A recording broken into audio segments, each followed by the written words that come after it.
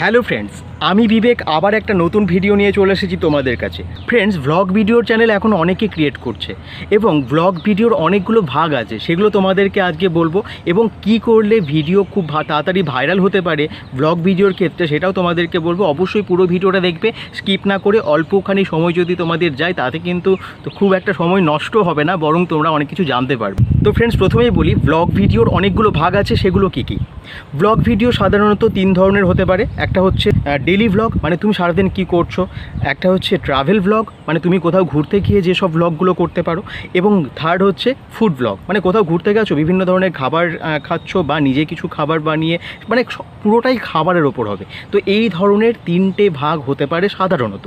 এছাড়া আরও অনেক ধরনের ব্লগ তোমরা বানাতেই পারো, কিন্তু সাধারণত এই ধরনের তিনটে মানে ব্লগ ভিডিও খুব বেশি আমরা দেখে থাকি এবং খুব ভালো ভাইরাল হয়।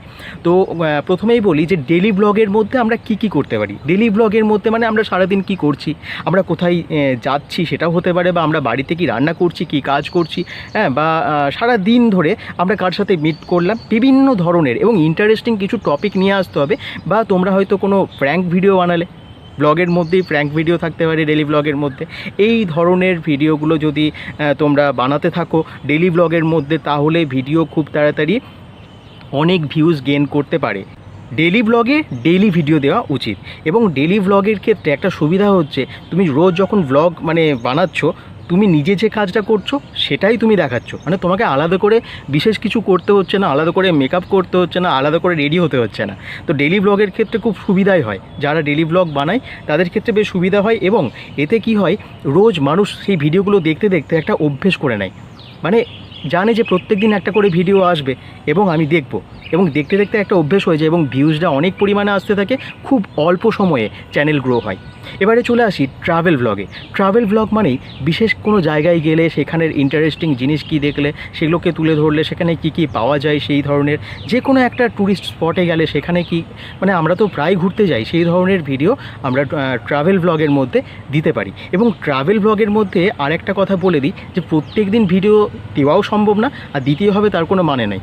আর ট্রাভেল ব্লগে কি হয়, হয়তো অনেকেই কোথাও ঘুরতে যাওয়ার প্ল্যান করছে, তার আগে সার্চ করে দেখে।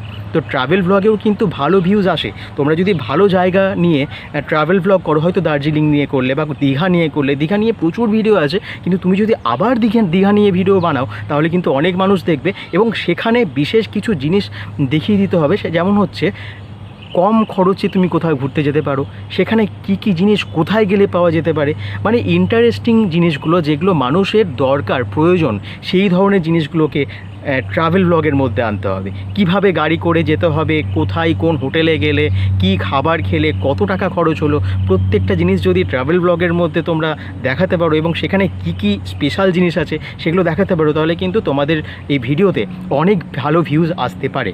এটা হলো। এবং ফুড ব্লগ, ফুড মানে বাঙালি থেকে শুরু করে সমস্ত মানুষই খাবারের প্রতি একটা আলাদা ইন্টারেস্ট আছেই।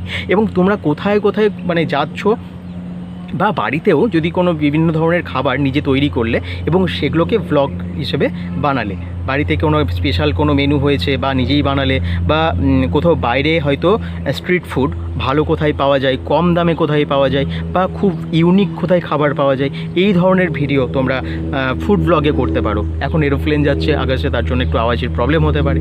যাই হোক, আশা করছি বুঝতে পারছো যে ফুড ব্লগে এই ধরনের ভিডিও দিতে পারো, তাহলে কি হবে, মানুষের ইন্টারেস্টও বাড়বে। এবং যে কোনো ভিডিও বানাও, কন্টিনিউ ভিডিও দেওয়ার চেষ্টা করো। যদি ডেলি ব্লগ বানাও, ডেলি ভিডিও দেওয়ার চেষ্টা করো। যদি ট্রাভেল ব্লগ বানাও, সপ্তাহে একটা বানাও, দুটো বানাও, বাট মানে টাইমটাকে মেনটেন করো। আর থার্ড হচ্ছে, যদি তোমরা কোনো ফুড ব্লগ করো, সেটাও টাইম মতো দাও। সেটা হয়তো মানে এক সপ্তাহে দুটো দিতে পারো, কিন্তু যতটা বেশি দেবে ততটাই তোমাদের সুবিধা। আশা করছি আজকের ভিডিওটা তোমাদের সবার ভালো লেগেছে। যদি ভালো লেগে থাকে চ্যানেলটাকে সাবস্ক্রাইব করবে, লাইক করবে এবং বেল আইকনটাকে প্রেস করে দেবে, যাতে সবার আগে আমার ভিডিও তোমাদের কাছে চলে আসে।